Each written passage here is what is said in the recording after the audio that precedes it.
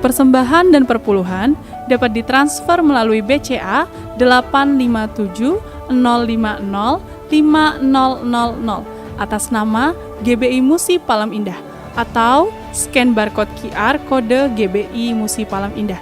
Tuhan Yesus memberkati.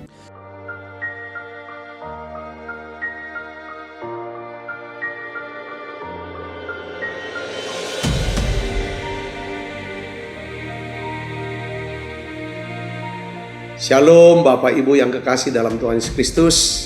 Kembali bergabung bersama dengan kami dalam 60 menit Menara Doa Gereja Betel Indonesia Musi Palem Indah. Berbahagialah orang yang engkau pilih dan yang engkau suruh mendekat untuk diam di pelataranmu. Kiranya kami kenyang dengan segala yang baik di rumahmu, di baitmu yang kudus. Jadi menara doa ini adalah pesan yang kuat di mana Tuhan mau panggil kita, pilih kita, suruh kita untuk mendekat kepada Dia supaya setiap kita kenyang dengan segala yang baik yang Tuhan sediakan buat setiap kita.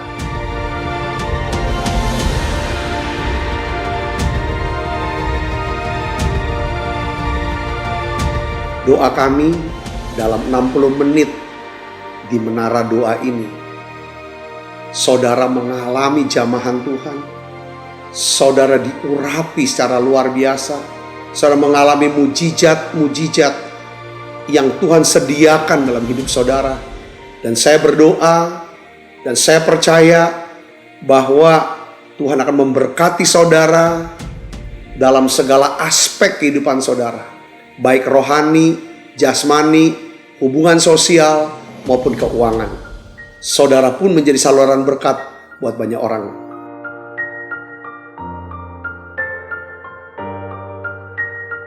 Selamat berdoa, memuji, dan menyembah Tuhan.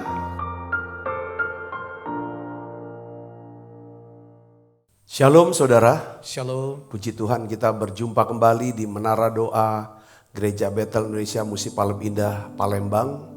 Senang sekali tiap hari kita boleh berdoa, memuji, menyembah, dan kita belajar sebagian sabda firman Tuhan. Baik saudara Kristus, mari kita akan satukan hati kita. Kita akan mulai dengan doa pembukaan. Bapa, di dalam nama Tuhan Yesus, terima kasih untuk saat indah kami boleh ada di menara doa. Kami bersyukur untuk segala apa yang Tuhan sudah kerjakan di dalam kehidupan kami. Terima kasih untuk limpah rahmat, berkat, rejeki yang Tuhan limpahkan buat kami. Terima kasih untuk kesehatan, kekuatan. Tuhan, satu yang kami minta Tuhan di menara doa ini, kami rindu untuk mengalami perjumpaan dengan Tuhan. Dipenuhi dengan hadirat-Mu, dipenuhi dengan Roh Kudus-Mu. Bahkan kami boleh diubahkan semakin serupa dengan Tuhan. Kami mau siapkan ya Tuhan, hati untuk bisa menangkap, menerima setiap kebenaran firman-Mu. Beri kami pikiran yang taat untuk bisa melakukannya. Kuduskan dan sucikan hati kami. Dalam nama Bapa, Anak dan Roh Kudus, yaitu Tuhan Yesus Kristus, kami ingin memulai daripada menara doa ini. Haleluya, haleluya. Makasih Roh Kudus. Hadirat-Mu Tuhan selalu kami rindukan. Lawatan-Mu Tuhan selalu kami nantikan. Yesus, Kaulah Tuhan, nama-Mu ditinggikan di atas pujian. Kau bersemayam, kami menyembah-Mu Tuhan. Oh,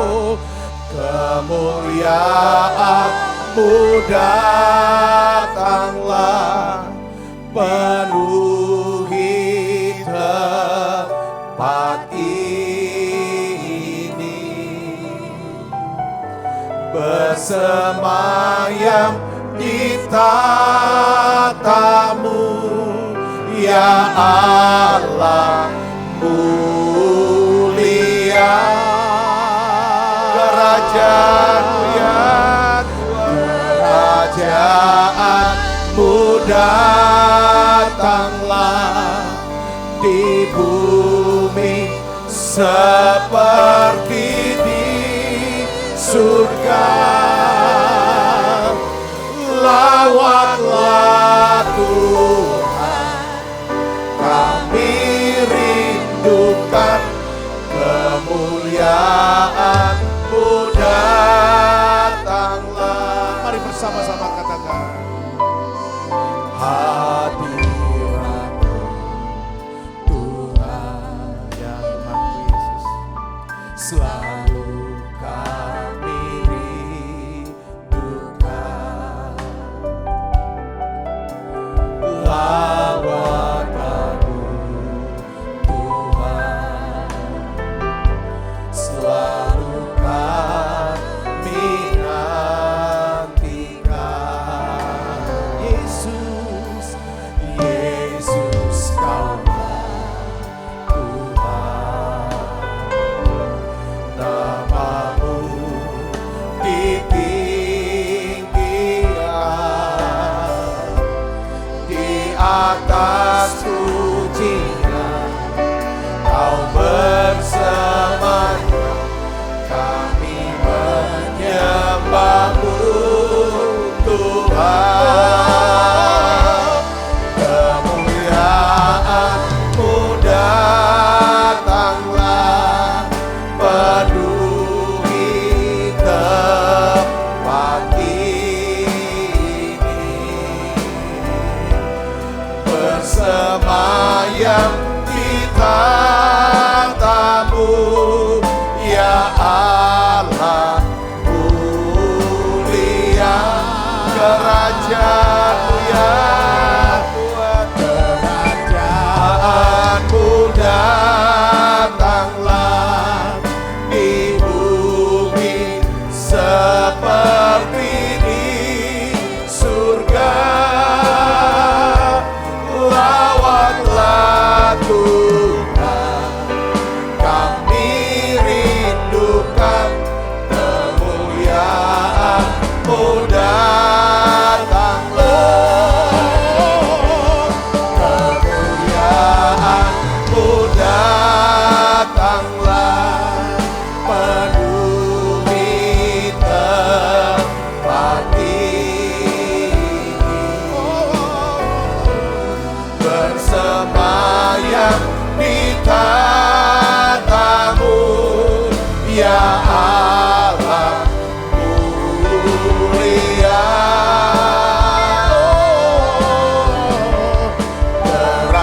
Kerajaan-Mu datanglah di bumi seperti di surga.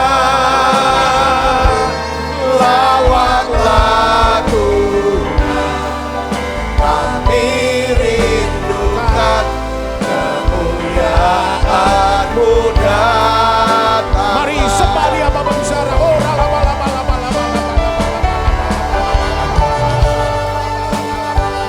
Bapa, dalam nama Yesus, oh ya laba kasih laba, biarlah kemuliaan-Mu turun ya Tuhan.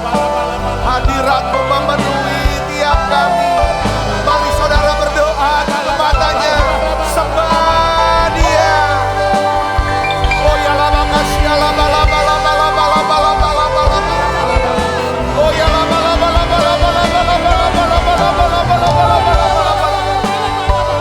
Oh ya laba.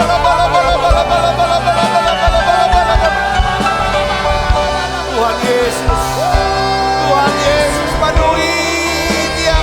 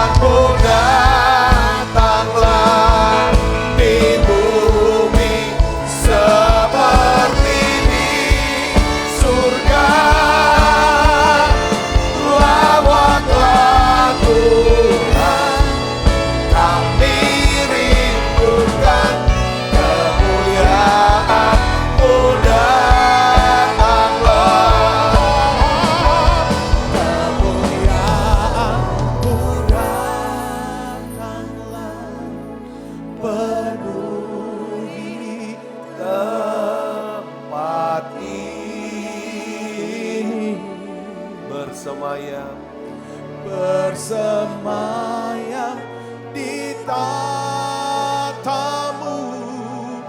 ya Allah mulia. Oh, kerajaanmu datanglah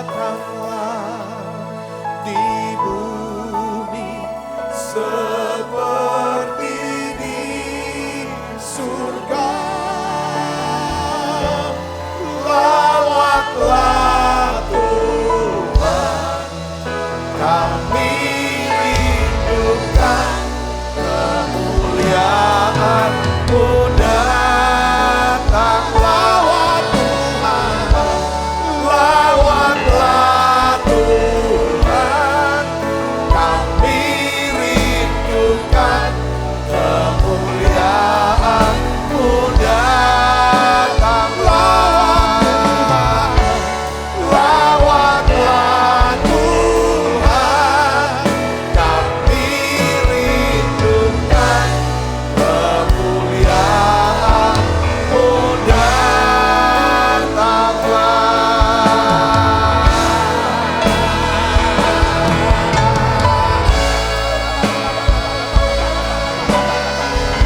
Yesus, ya Yesus, oh ya terpujilah Engkau Yesus, terpujilah Yesus. Oh laba laba laba laba laba laba laba laba laba laba. Oh ya laba laba laba laba laba laba laba laba laba laba laba laba laba laba laba. Laba laba laba laba laba laba laba laba.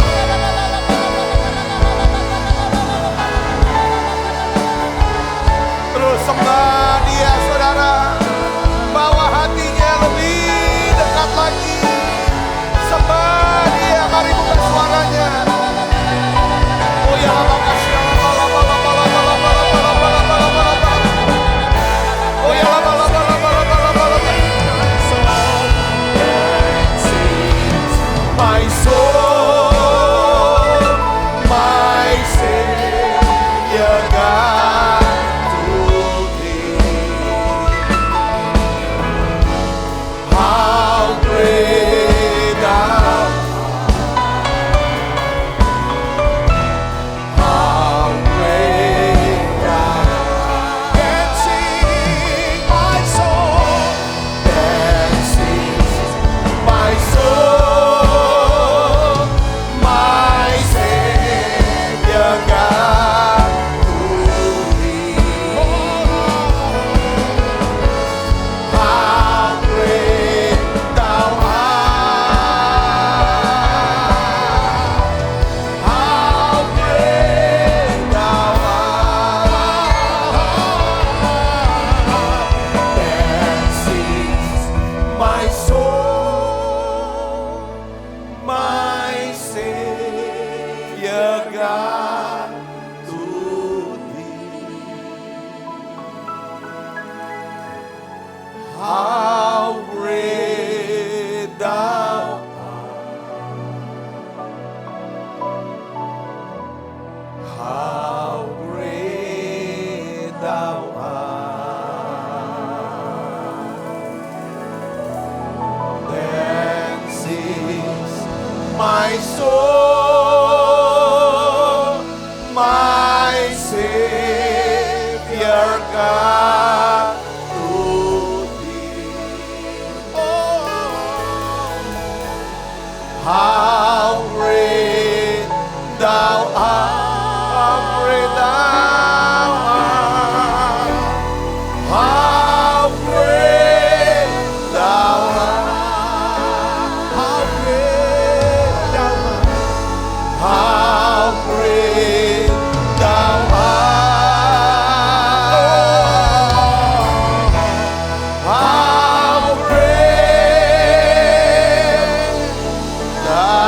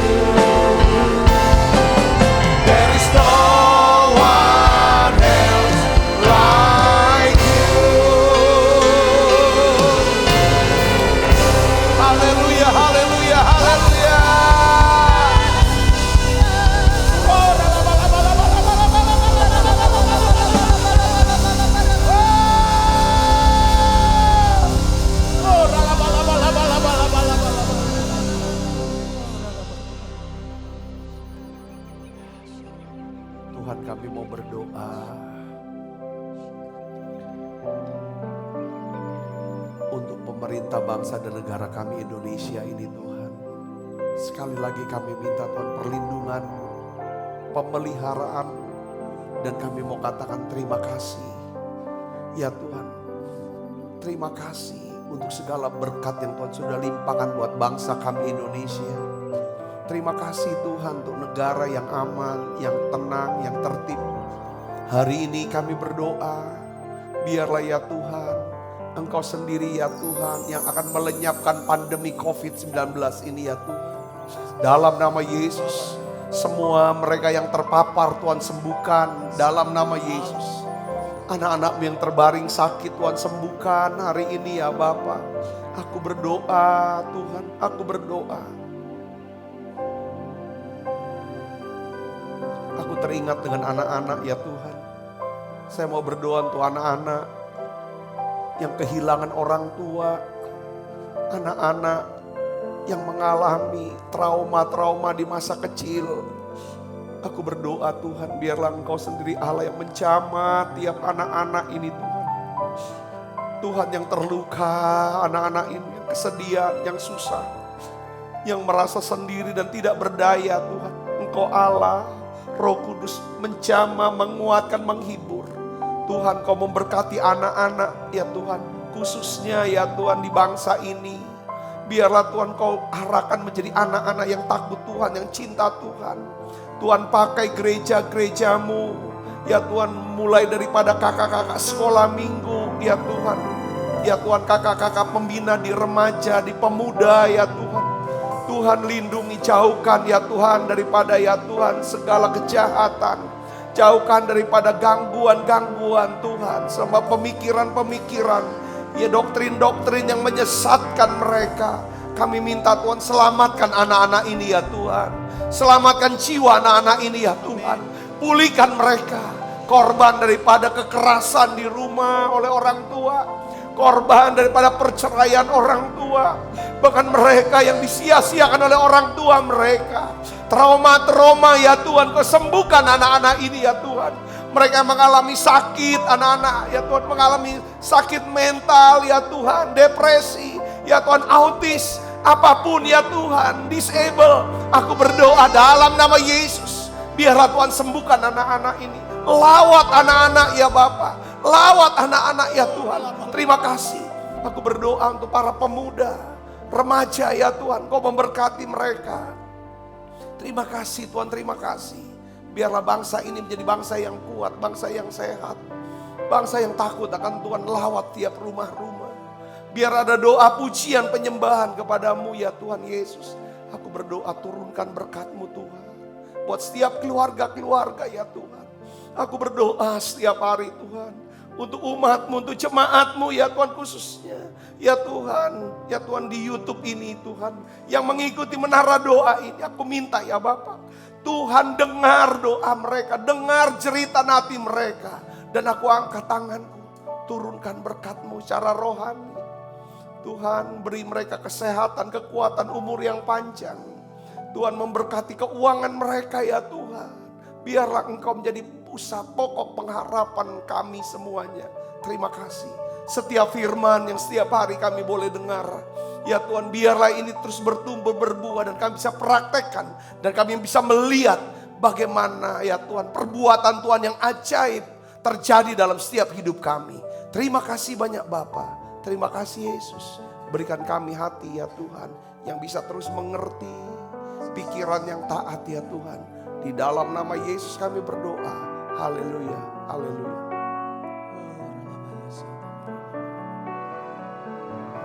Setia, Kau mulia, dulu, sekarang, dan selamanya. Kau tunjukkan kasih setiamu, Kau menyediakan yang perlu. Kau setia, Kau mulia, Bapa, Kau setia.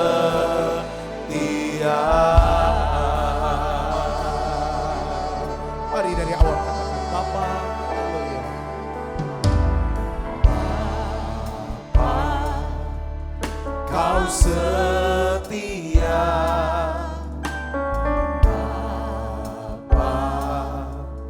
Kau mulia, tenanglah jiwaku, aman bersamamu.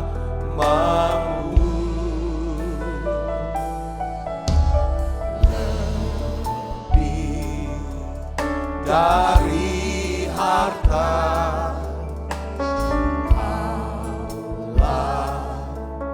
segalanya. Tenanglah jiwaku dalam hadirat-Mu.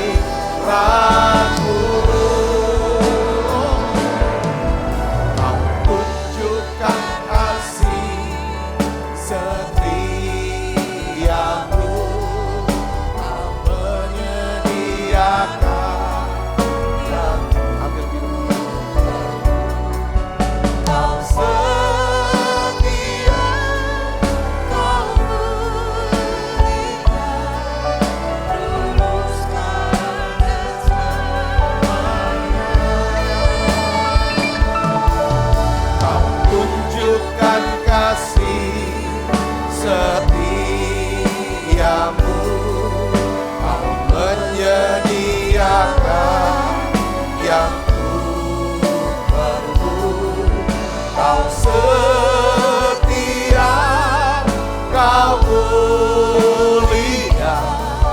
Bapa, Kau setia.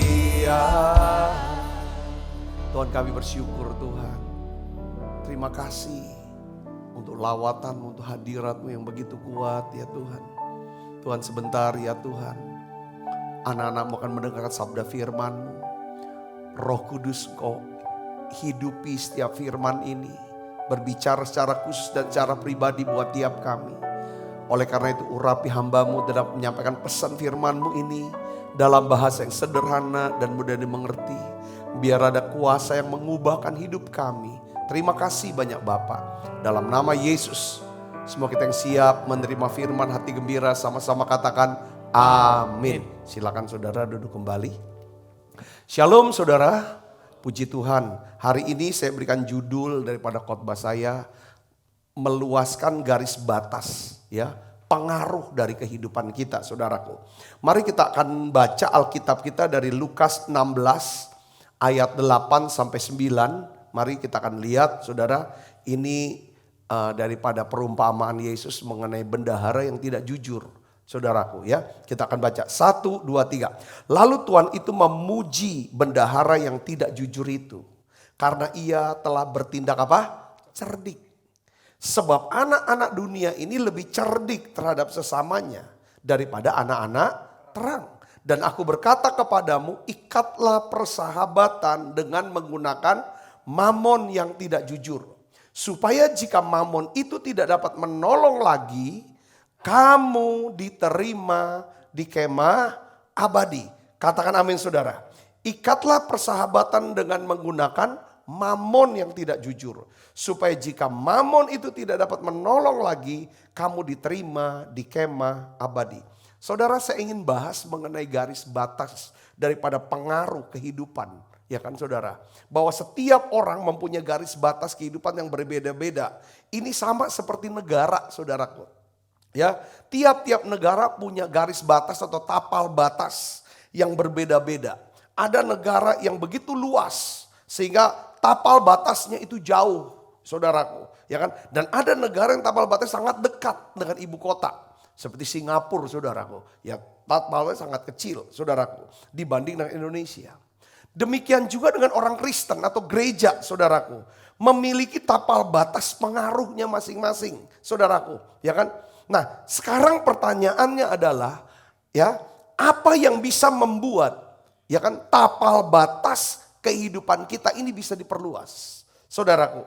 Saya ingin jelaskan, ya kan, pelan-pelan, saudaraku, karena ini yang Tuhan kehendaki. Bicara tentang tapal batas daripada kehidupan, ini bicara tentang apa saudara? Pengaruh, otoritas, ya, yang Tuhan beri buat hidup kita, saudaraku. Ya kan? Kita akan lihat di sini, saudara. Salah satu, ya, yang dapat membuat tapal batas kita bisa diperluas, diperlebar adalah caranya salah satunya adalah bagaimana kita dapat menggunakan uang kita dengan cerdik. Dan bagaimana kita, ya kan, mau, ya, rela mengorbankan diri kita kepada orang lain, ya kan, supaya nama Tuhan itu dipermuliakan. Nah, di dalam Injil Lukas 16 ayat 1 sampai 9, di situ menjelaskan tentang seorang bendahara yang akan dipecat, saudaraku, oleh tuannya. Saudaraku, lalu si bendahara ini sebelum dipecat dia berkata gini, aku kalau mengemis aku malu. Kerja apa aku udah bisa. Dia bilang begitu. Tetapi dia punya akal, saudara. Yaitu apa? Dia pakai uang tuannya, saudaraku. Kekayaan tuannya. Untuk membangun hubungan. Saudaraku Kristus. Untuk membangun hubungan baik. Dengan relasinya, dengan sesamanya, saudaraku. Mereka yang punya utang, ditanya kamu utangnya berapa sama bos aku? Sekian. Nah, ini aku kasih tambah lagi utang. Saudara tambah. Jadi mereka semuanya melihat posisi bendahara ini menjadi orang yang baik sekali. Ya kan, yang bisa nolong dia. Saudaraku, yang dimana bendahara itu mengerti itu bukan uang dia. Saudaraku Kristus yang kasih dalam Kristus. Kenapa kok si bendahara ini mau melakukan hal yang seperti itu? Ini yang namanya yang dipuji Yesus ini adalah si bendahara ini bukan karena ketidakjujurannya. Tetapi karena kecerdikannya. Saudaraku. Jadi setiap orang yang menerima kebaikan hati si bendahara ini, saudaraku, maka dalam diri orang itu, ya kan, ada sebuah garis batas pengaruh, saudaraku, ya, di mana si bendahara ini, saya mau pakai kata-kata gini, menerobos masuk ke dalam hidup seseorang lewat apa, saudara? Perbuatan baiknya, pemberiannya yang murah hati, kerelaannya untuk menolong, dan kerelaannya untuk berkorban. Perhatikan saudaraku Yesus. Di sini saudaraku bicara tentang garis batas. Setiap saudara dan saya, ya kan, Tuhan mau setiap kita saudaraku harus punya pengaruh dalam setiap kehidupan kita ke setiap hati banyak orang. Minimal kalau kita punya saudara garis batas di dalam keluarga kita, maka saya percaya suara kita itu akan didengarkan. Katakan amin. Kadang orang tua sebagai seorang laki-laki, sebagai suami berkata bahwa omongan saya tuh udah gak didengar lagi sama istri. Sebagai bapak, aku tuh udah gak didengar lagi ngomongannya sama anak. Bahkan supir atau pembantu aja berani lawan sama aku. Sampai ngomong-ngomong kayak gitu. Saudaraku, mungkin seorang istri berkata, waduh, perkata omongan aku udah gak bisa denger lagi sama suami. Gak bisa didengar lagi sama anak-anak. Bahkan ya kan, ini aja bisa berani melawan. Ini sekarang kok saudara, apa penyebabnya? Ini yang paling penting dalam hidup kita. Kita harus punya yang namanya pengaruh. Ini garis batas itu bicara tentang wilayah, otoritas, kekuasaan tanda kutip ya saudara ya. Ya kan, yang dimana suara kita bisa didengarkan. Ini yang Tuhan mau. Si bendahara ya, saudaraku, dia coba saudara, ya kan, menerobos masuk, ya kan, melintasi setiap hati orang-orang. Ya kan, dia mau tinggalkan satu jejak pengaruh dia. Saudara, lewat apa? Lewat harta daripada tuannya. Seseorang yang suka memberi dengan murah hati. Seseorang yang rela mengorbankan dirinya untuk melakukan kehendak Allah. Maka garis batas pengaruh hidupnya akan melebar lebih jauh. Cara dan hukumnya seperti itu. Dampaknya pun seperti itu. Katakan amin. Katakan amin. Jadi kita nggak bisa mentang-mentang. Wah ini saya nih pangkatnya tinggi. Saya nih hartanya banyak. Tapi kalau tidak ada perbuatan baik. Tidak ada korban yang kita beri. Saudaraku. Maka kita tidak punya wilayah otoritas. Wilayah kekuasaan. Wilayah pengaruh. Saya mau kasih contoh. Seorang yang kita kenal. Saudara. Dalam Injil Lukas 7, saudaraku, itu diceritakan tentang seorang perwira dari Kapernaum. Saudara, dia punya hamba itu sedang sakit keras sampai mati. Si perwira Kapernaum ini, dia memiliki garis batas kehidupannya. Jadi garis batas kehidupan daripada perwira Kapernaum ini telah melintasi hati para tua-tua orang Yahudi. Saudara bisa nangkap gak di sini? Istilah ini saya kamu. Jadi ketika si perwira ini ada dalam kebutuhan, dia punya kebutuhan, dia butuh pertolongan. Dia berbicara kepada para tua-tua. Saudaraku, ya kan, tolong beritahu Yesus untuk datang ke rumah saya. Doakan hamba saya yang sedang sakit hampir mati. Saudara tahu, suara si perwira Kapernaum, orang Romawi, saudaraku, itu bisa didengarkan oleh tua-tua orang Yahudi. Penjajah, kok bisa didengarkan suaranya sama bangsa yang dijajahnya.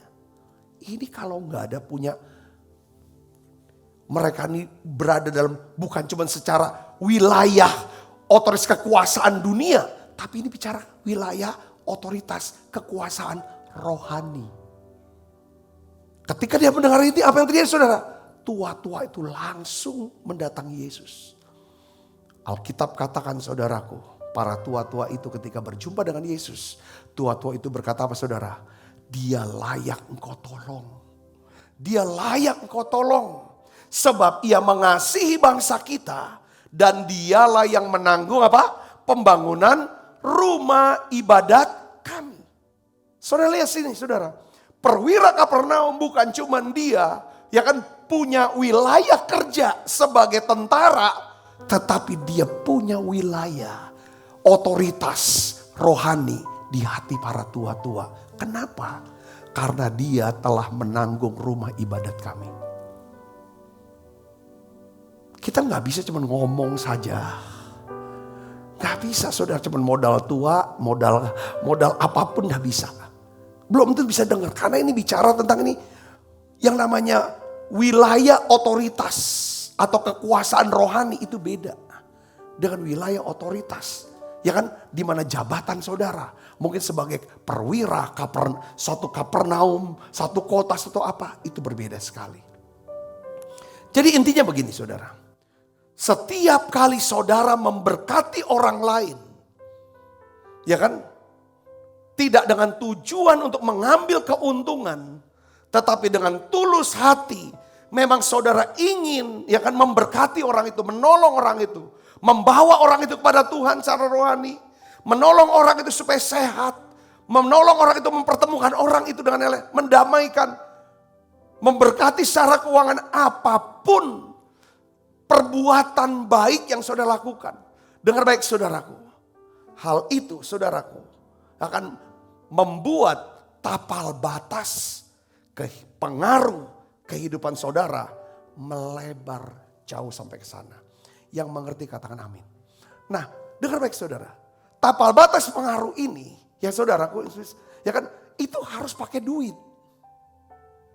Harus pakai duit. Enggak cukup cuma modal ngomong, tenaga, kepintaran otak. Enggak bisa, harus dengan uang. Saudaraku, nah pertanyaannya, mengapa harus memakai uang untuk melebarkan batas pengaruh kehidupan kita? Ada banyak orang yang penting aku serahkan hatiku ke Tuhan. Tapi kalau uang janganlah. Gak bisa. Seperti seorang suami berkata, laki-laki berkata begini, aku berikan hatiku, tapi uang aku udah bisa. Aku cari uang susah, kau cari uang sendirilah. Itu gak bisa. Selalu saya ngomong begini kalau misalnya ada konflik dalam rumah tangga. Saya selalu tanya, suamimu tuh masih kasih uang gak ke kamu? Dia tuh royal gak sama kamu? Dia tuh bisa memberi dengan murah hati gak sama kamu? Kalau dia berkata bahwa, kalau soal uang suami saya tuh gak pelit pak. Saya bilang itu tanda dia cinta sama kamu. Jangan kamu lepaskan dia. Saudara bisa mengerti sini, katakan amin. Kalau dia gak ada yang namanya kasih uang. Cuma ngomong doang, aku cinta sayang. Aduh tiap kali ayang-ayang terus, ayang-ayang. Sampai kering. Perutnya lapar. Saudaraku digebuk sih gak pernah, dikatain gak pernah, tapi gak pernah dikasih duit. Suruh kerja gitu. Saudaraku Yesus itu gak. Semua harus. Saya berkata begitu. Katakan amin. Harus ada. Nah pertanyaannya tuh harus kenapa uang saudaraku. Ya kan? Kenapa harus uang? Karena untuk bisa dapat uang, seseorang itu harus berani mengorbankan waktunya. Dia harus menukar waktunya untuk bisa dapat uang. Dia harus memberikan segenap tenaganya untuk bisa dapat uang. Dia harus memberikan segenap keterampilannya, keahliannya, kemampuannya untuk bisa dapatkan uang. Jadi ketika dia berikan uang, sebenarnya dia berikan seluruh hidup dia. Saya bisa ngerti, dikatakan amin. Itu maksudnya. Itu artinya. Nah di dalam Alkitab itu sebutin begini saudaraku. Di Pengkhotbah 9 ayat 13 sampai 16. Kita baca sama-sama saudara. Ini Salomo yang nulis saudara. Seorang yang penuh dengan hikmat. Dia jelaskan kenapa uang. Saudaraku, kita baca sama-sama. 1, 2, 3. Hal ini juga kupandang sebagai apa? hikmat di bawah matahari. Dan nampaknya apa? Besar bagiku. Dampaknya besar. Ini hikmat penting. Perhatikan saudara. Ada sebuah kota, baca keras. Ada sebuah kota yang kecil. Penduduknya tidak seberapa. Seorang raja yang agung menyerang, mengepungnya. Dan mendirikan tembok-tembok pengepungan yang besar terhadapnya. Di situ terhadap seorang yang miskin. Ya, yang berhikmat. Dengan hikmatnya ia menyelamatkan kota itu.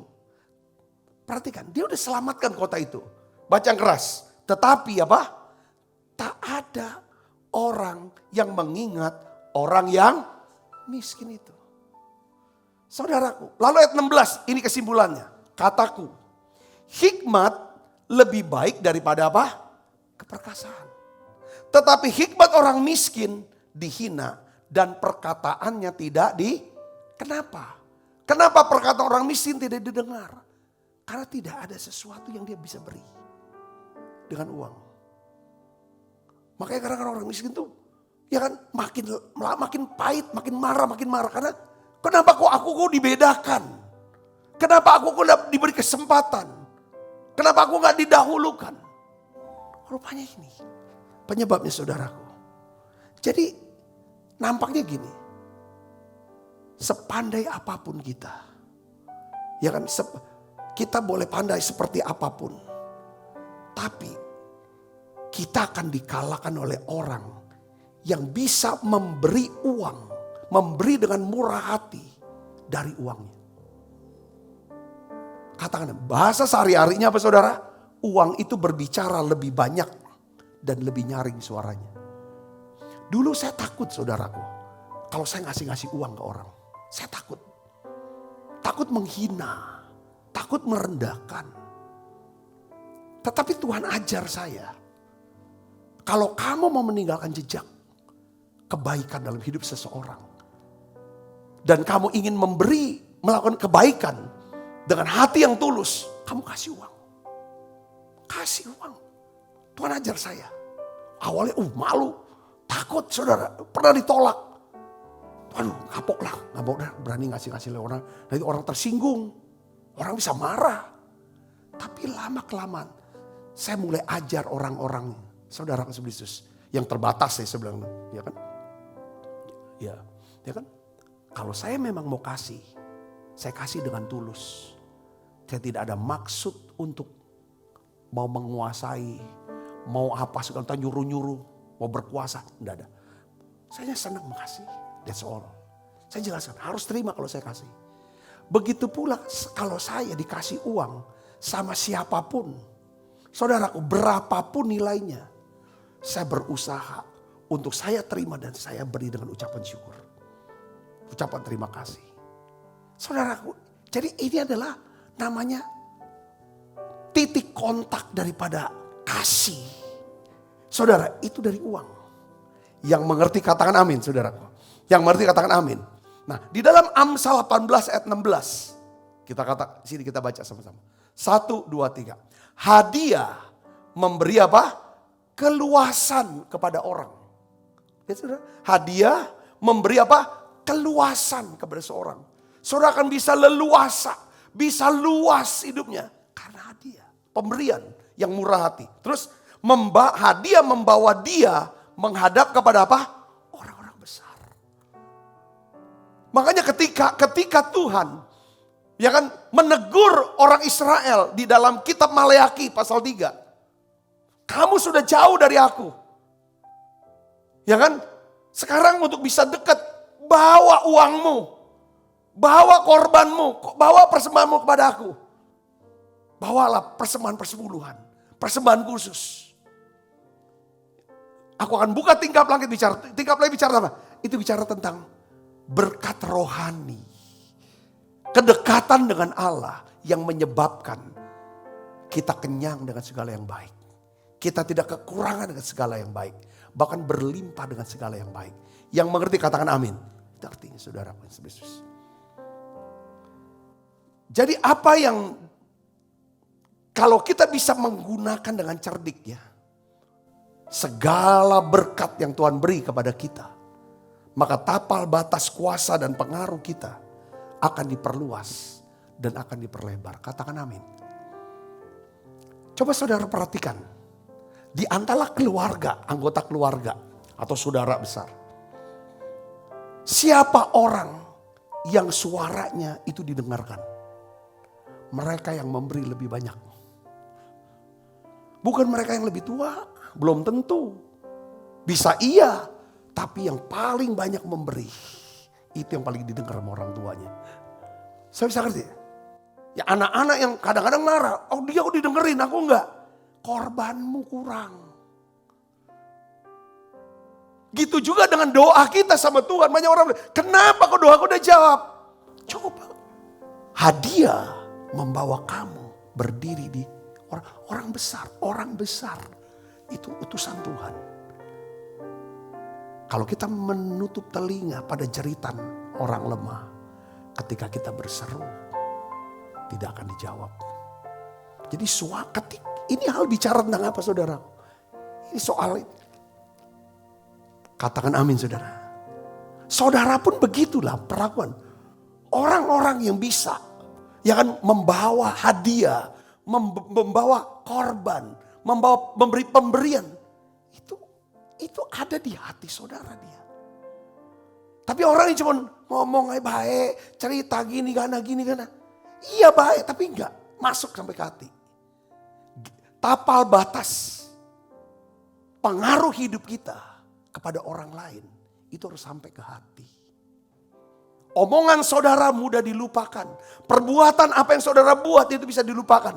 Tapi sesuatu yang bisa masuk ke dalam hatinya, itu tidak akan pernah bisa lupa. Saudara katakan amin saudaraku. Katakan amin. Makanya Yesus, ya kan, dia bisa berkata, setiap kali Injil diberitakan, ya kan, maka perbuatan perempuan ini akan disebut juga. Kenapa saudara? Karena perbuatan daripada perempuan yang mengurapi Yesus dengan minyak narwastu yang harganya sangat mahal. Itu uang, bicara uang lagi. Saudara, tindakan yang sertai dengan uang itu nyentuh, masuk ke tapal batas hati daripada Yesus. Saudara bisa mengerti sini, katakan amin. Katakan amin. Ya. Kita gak bisa membanggakan hanya karena kita rajin. Hanya karena kita pinter. Oh banyak jasanya. Atau kita kaya tapi gak pernah beri apa-apa. Orang awalnya kagum dengan kekayaan kita. Orang awalnya kagum dengan pangkat jabatan kita.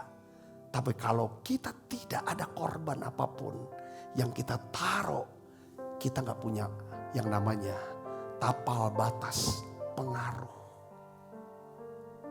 bagi hidup mereka. Hari ini saya ingin dorong kepada setiap kita.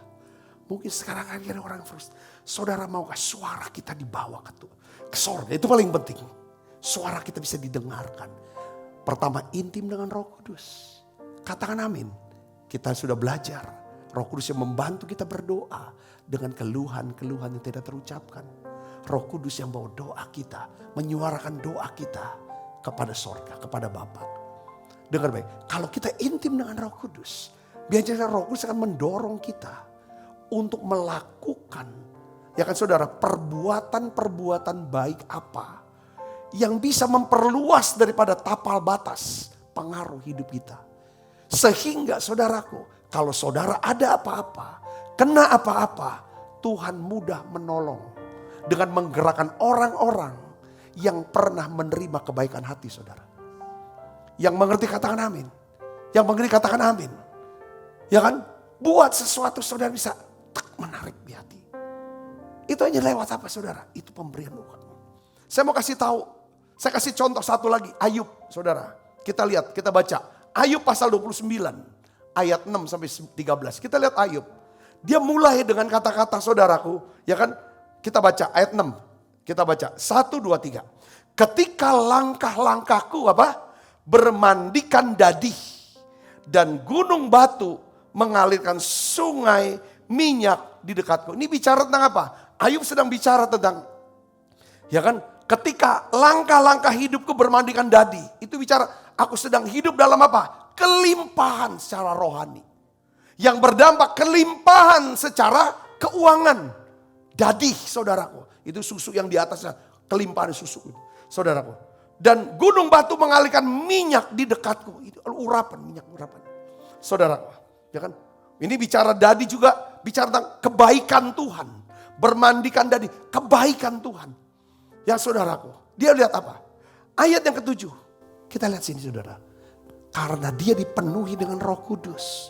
Penuhi dengan firman. Alkitab katakan saudara. Apabila aku keluar ke pintu gerbang. Dan menyediakan tempat dudukku di tengah-tengah lapangan. Dan saudara.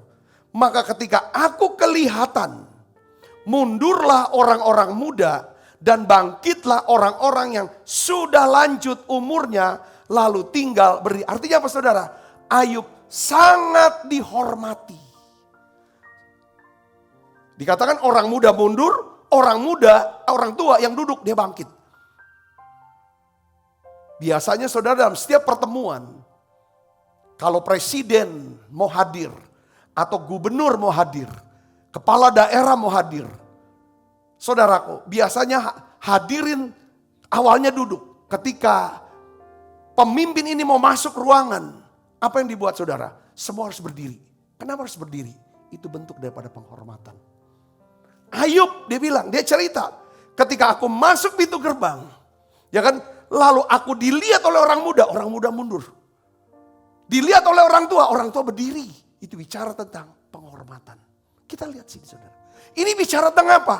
Ayub punya garis batas kehidupannya. Tapal batas kehidupan Ayub itu satu kota. Karena pintu gerbang itu tempat pusat kota. Ya, kita lihat lagi saudara ayat 9. Para pembesar berhenti apa? Berbicara. Kalau Anda semua berhenti. Dan menutup mulut mereka dengan tangan. Ini bentuk penghormatan. Suara para pemukau membisu. Lidah mereka melekat pada langit-langit. Apabila telinga mendengar tentang aku. Apa katanya? Aku disebut apa? Berbahagia. Ini bicara tentang apa? Ayub tuh kena di hati mereka. Kebaikan Ayub. Perbuatan baik Ayub. Pertolongan Ayub. Korban Ayub. Dia pernah nolong aku. Dia pernah bantu aku. Kalau bukan dia yang angkat aku, yang promosi aku mungkin tidak ada. Itulah makanya semua, yang muda mundur, yang tua naik. Saudara, ketika ada Ayub semuanya diam. Saudara, dan setiap dia bilang orang dengar nama Ayub selalu ada pujian. Orang ini baik. Orang ini baik. Apabila mata melihat aku dipuji. Karena apa penyebab? Ini penyebabnya dia jelaskan ayat 12. Bukan dia sombong saudara. Dia mau jelaskan apa ada dasarnya kenapa mereka begitu sama dia. Kita baca saudara. Karena aku menyelamatkan orang sengsara yang berteriak minta tolong.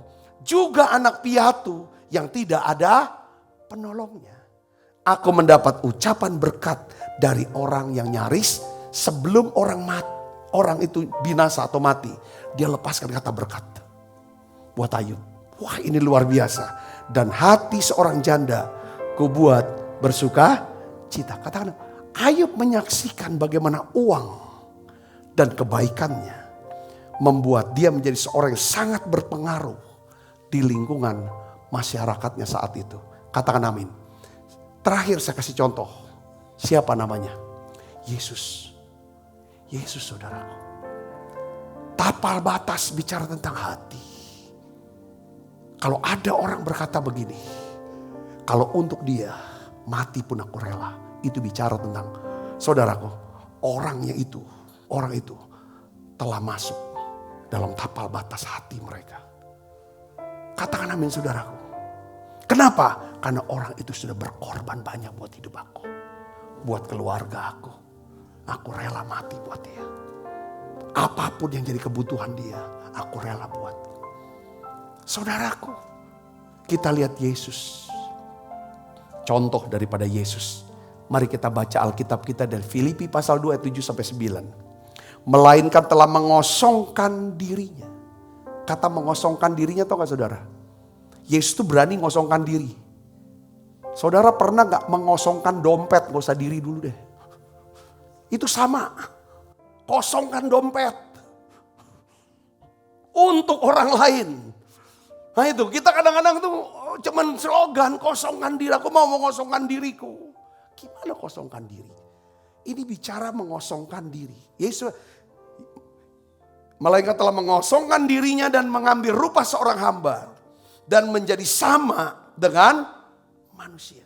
Dan dalam keadaan sebagai manusia, ia telah merendahkan dirinya dan taat sampai mati. Bahkan apa? Sampai mati di kayu salib. Alkitab katakan Yesus telah mengosongkan dirinya. Artinya apa saudara? Yesus telah memberikan segalanya. Segala kepunyaannya, apapun yang dia punya. Saudara gak ada sisa lagi. Waktu dia mati, sudah kosong semuanya. Semua yang ada, entah apa yang dia punya. Mungkin uangnya. Saudara, segala macam kuasa, otoritas, semua dia bagikan. Bahkan akhirnya nyawanya. Katakan amin. Banyak orang saudaraku. Karena dia tidak pernah hidupnya mengosongkan diri. Saudara tahu gak? Hartanya yang banyak ketika dia mati. Istrinya saja tidak tahu. Anaknya tidak tahu. Sampai akhirnya itu jadi harta apa saudara? Harta karun. Akhirnya dimiliki oleh bank. Karena gak tahu simpenannya ada di mana. Ini artinya bukan mengosongkan. Saya berdoa Tuhan. Biarlah Tuhan hidup ini. Ketika nanti dikubur sudah gak ada lagi isi di situ. Karena sudah dibagikan seluruhnya. Kadang harusnya seseorang itu, makanya di kuburan tuh harusnya dari orang ini ada banyak mungkin. Gereja bisa dibangun. Tapi dia tidak mau bangun. Ada banyak sekolah yang harusnya dia bisa mampu untuk bangun. Tuhan mau pakai dia. Tapi tidak ada, dia mau bangun. Ada banyak orang-orang yang putus sekolah. Yang tidak punya uang untuk berobat. Sebenarnya Tuhan bisa pakai orang yang dalam kuburan ini. Tapi sekarang semuanya terkubur bersama dengan badan dia. Ada istilah seperti itu saudaraku. Harus ada banyak buku yang dia bisa tulis. Tapi karena dia sia-siakan waktunya. Dia gak pernah bisa tulis buku itu. Buku itu terkubur bersama dengan jasadnya. Tapi Yesus, dia kosongkan dirinya. Dampak daripada Yesus mengosongkan diri kita tahu. Saudara, tapal batas kehidupan Kristus itu sampai di mana? Alkitab jelaskan. Saudara, itulah sebabnya Allah sangat meninggikan dia. Mengaruniakan kepadanya nama di atas segala nama. Supaya dalam nama Yesus bertekuk lutut segala yang ada di langit. Yang ada di atas bumi. Yang ada di bawah bumi. Dan segala lidah mengaku Yesus Kristus adalah Tuhan bagi kemuliaan Allah Bapa. Saudaraku, tapal batas Kristus ada sampai di mana saudara? Segala yang ada di langit itu tapal batasnya. Semua yang ada di bumi, bahkan di bawah bumi. Seluruh. Saudaraku, itulah tapal batas Yesus. Semua lidah mengaku Yesus Tuhan. Semua lutut akan berturut. Wow, saya berdoa kita sama-sama tiap hari kita punya tapal batas kehidupan kita diperluas. Karena apa? Nama saudara ada di hati saya. Ada di hati semua orang-orang. Yang dimana seperti Paulus selalu bicara, engkau ada di dalam hatiku. Engkau selalu ada, aku selalu ingat dalam tiap doa-doa. Karena engkau ada di hatiku. Aku selalu ingat dalam doa-doaku. Katakan amin. Katakan amin. Orang yang punya tapal batas hidup bicara tentang nama orang itu ada di hati banyak orang. Bukan ada di urat saraf. Kebaikan ada di hati. Nama kita ada di hati orang. Kalau kejahatan kita ada di urat saraf dia. Kalau dengar nama kita. Kalau dia ada surat orang pakai mekik. Dia tuh. Tapi kalau ada di hati. Iya benar dia pernah buat baik sama saya. Dia pernah tolong saya. Dia yang bawa saya ke Tuhan. Dia yang bawa saya dekat sama Tuhan. Dia yang bawa saya dekat sama Tuhan. Dia yang selalu bawa saya masuk dalam hadirat Tuhan. Dia yang dapatkan, saya bisa kerja, dapat pekerjaan. Saya dapat tumpangan. Saya bisa dapat makan. Karena dia, itu artinya saudara. Nama saudara ada di hati dia. Itu yang namanya tapal batas. Katakan amin. Minimal di tengah-tengah keluarga kita. Katakan amin. Jangan sampai keluarga kita berkata, kalau gak ada dia, kami itu lega. Karena kalau ada dia pusing pala. Saya berdoa saudara bukan orangnya itu. Karena saudara adalah orang yang tekun di menara doa.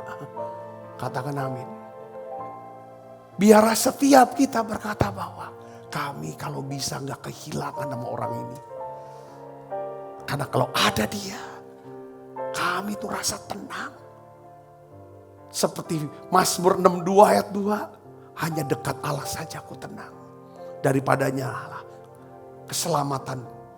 Kalau kami dekat sama dia, hati kami tenang. Kayaknya selesai semua masalah. Karena dia mau tolong, dia selalu selesai. Dia selalu mau layani. Dia hadir bukan untuk dilayani, tapi untuk melayani kami. Ini yang kami gak bisa lupa. Saudaraku, pilihan ada tangan kita. Apakah kita mau, nama kita mau ada di hati orang atau di urat saraf orang. Pilihannya adalah mari kita ambil keputusan seperti Yesus. Kita mau seperti Tuhan. Kosongkan diri. Katakan amin saudara. Rendahkan diri kita. Selalu kita mau berpikir bukan apa yang bisa aku ambil dari hubungan ini. Aku bisa untung apa dari dia. Tapi kita mau berpikir apa yang bisa membuat orang ini makin dekat dengan Tuhan. Aku siap fasilitasi, aku siap tolong, aku siap korbankan itu buat supaya nama Tuhan dipermuliakan. Amin saudaraku, amin. Tutup mata kita akan berdoa. Bapa, aku berdoa dalam nama Yesus. Terima kasih. Tuhan beri kami Tuhan hatimu yang rela mengosongkan diri. Kayak mengosongkan diri kami. Mengambil rupa seorang hamba yang rindu untuk melayani, untuk menolong, untuk memberkati dan membawa tiap orang. Supaya bisa masuk hadirat-Mu, dekat dengan Tuhan, kenal Tuhan, percaya, makin percaya sama Tuhan. Aku berdoa ya Bapa dalam nama Yesus. Kami percaya Tuhan, Kau pakai setiap kami. Biarlah Kau perluas, perlebar daripada tapal batas, daripada kehidupan kami. Terima kasih Tuhan. Sehingga suara kami Tuhan dengarkan. Suara kami didengarkan. Karena kami suka mendengarkan suara-Mu Tuhan. Kami juga suka mendengarkan daripada jeritan hati daripada orang lain. Terima kasih Tuhan, terima kasih. Hari ini aku mau berdoa. Ya Tuhan, untuk setiap anak-anak-Mu sudah membawa persembahan. Tuhan, Engkau memberkati mereka berlipat kali ganda. Terima kasih banyak Bapa. Dalam nama Yesus kami berdoa. Haleluya. Amin, amin. Kita makan perjamuan kudus saudaraku. Ku bawa kepadamu, oh Tuhan, persembahanku ini. Ku engkau menerima korban syukurku melalui pujian. Takkan pernah ku balas, takkan pernah ku balas selain yang terbaik.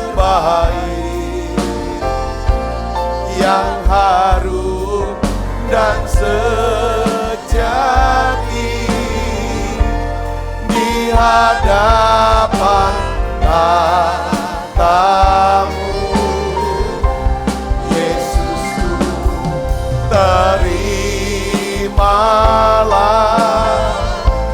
korban syukurku ini yang mengalir di hatiku sebagai persembahanku. Sebab apa yang telah kuteruskan kepadamu telah kuterima dari Tuhan, yaitu bahwa Tuhan Yesus pada malam waktu serahkan mengambil roti, angkat roti. Dan sudah itu mengucap syukur atasnya, ia memecah-mecahkannya dan berkata, inilah tubuhku yang diserahkan bagi kamu, perbuatlah ini menjadi peringatan akan aku. Saudaraku, bukankah roti tangan kita ada persoalan kita dengan tubuh Kristus? Mari kita makan dalam.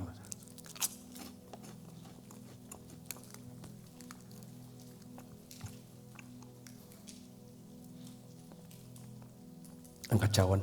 Demikian juga yang mengambil cawan sudah makan lo berkata, cawan ini perjanjian baru yang dimeteraikan oleh darahku, perbuatlah ini setiap kali kamu meminumnya menjadi peringatan akan aku. Saudaraku, bukankah cawan perjanjian ini atasnya kita ucapkan syukur, ada persoalan kita dengan darah Kristus. Mari kita minum dalam nama Yesus. Terima kasih Tuhan, terima kasih untuk anugerah. Haleluya. Terima kasih Yesus, terima kasih Yesus, ku beri syukur hanya bagimu, ya Allahku, ya Tuhanku. Terima kasih Yesus,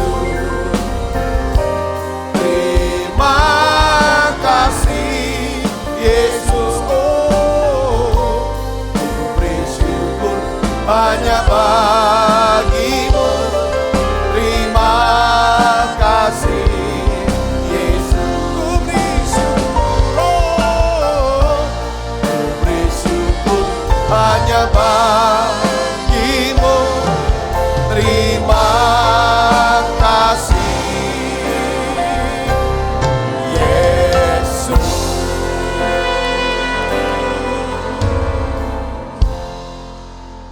Buka kedua tangan kita. Kekasih Kristus, terimalah berkat yang berlimpah-limpah daripada Allah Bapa, di dalam anaknya yang Tuhan kita Yesus Kristus. Persekutuan yang manis daripada Roh Kudus menyertai kita semua mulai pada saat ini sampai Yesus datang menjemput kita dalam permai dan sampai selama-lamanya. Semua kita yang percaya berkati sama-sama katakan amin. Tuhan berkati saudara semuanya.